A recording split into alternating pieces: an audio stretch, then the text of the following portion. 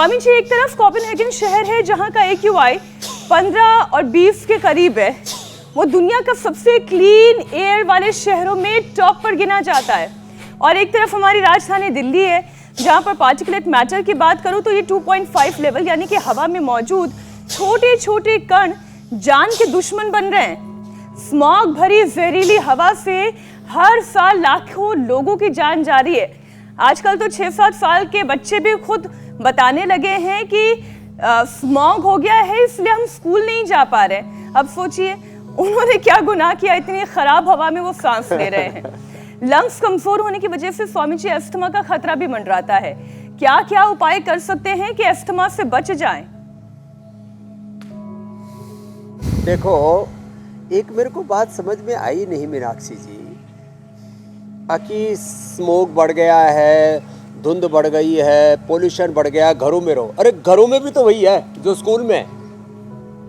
ये सब बहानेबाजी है।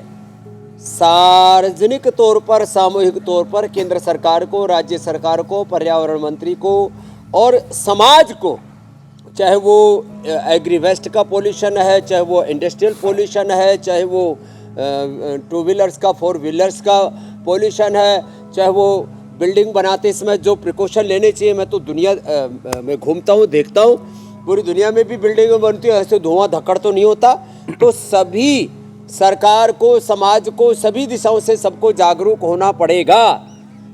अभी जरा सी सर्दी आई तो चारों तरफ का कूड़ा कचरा इकट्ठा करके उसमें आग लगा देते और सेकने लगते और उसमें धुआं उड़ता रहता है।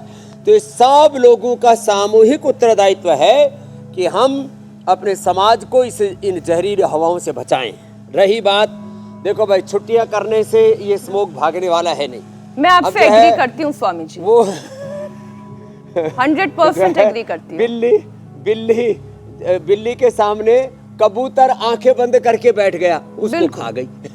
तो ये बिल्ली के सामने कबूतर आंखें बंद करके बैठा है। अब हम किसी के बारे में कुछ बोलेंगे नहीं, बस इतनी सी बात है भाई। अपने आप प्राणायाम कर लो और श्वासारी ब्रोंकोम का प्रयोग कर लो। बच्चों को ये बालप्राश, इधर ही निगाह है अनवी के तो सुबह से, और च्यवनप्राश, फिर ये हम ये खिलाते, चना खजूर खिलाते, चना और गुड़ थोड़ा खिलाते। और सुबह सुबह हम तो कहते हैं भाई एक बार ऐसी शंखनाद कर लो। चलो अनुलोम विलोम करो आप तो, और 1 मिनट तक ऐसी शंख बजाने का अभ्यास करना चाहिए।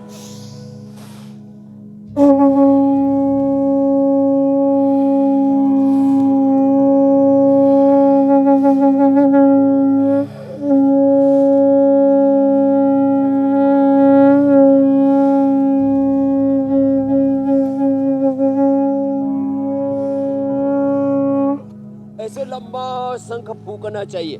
ये स्पाइरोमीटर से भी एक्सरसाइज होती है ना, तो इसमें भी कम से कम एक बार में से 10 बार।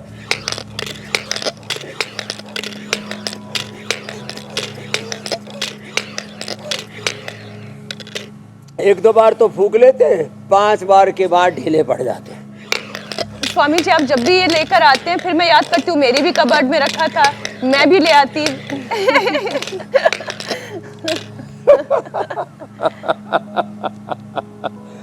10 बार लगातार ऐसे लगातार 5 मिनट तक लंबा गहरा सांस भरे, छोटे छोटे सांस लेते हैं। लोगों की ऐसी भूख निकली पड़ी है। फूक मारो और फूक डालो सब रोगों को, विकारों को। स्वामी जी, एक उम्मीद जो है, और हाँ, चिकनी चीजें, खट्टी चीजें, ठंडी चीजें, घी, तेल, इस पर थोड़ा सोटा कम घुमाना पड़ेगा। कब खाओ इनको। स्वामी जी, एक उम्मीद तमाम दर्शक ये कर रहे होते हैं कि शुरुआत के 10-15 मिनट आप ऐसा अभ्यास करवा दें कि लोग घर बैठे खूब सारा पसीना बहा लें। प्राणायाम तो आखिर में और कर ही लेंगे।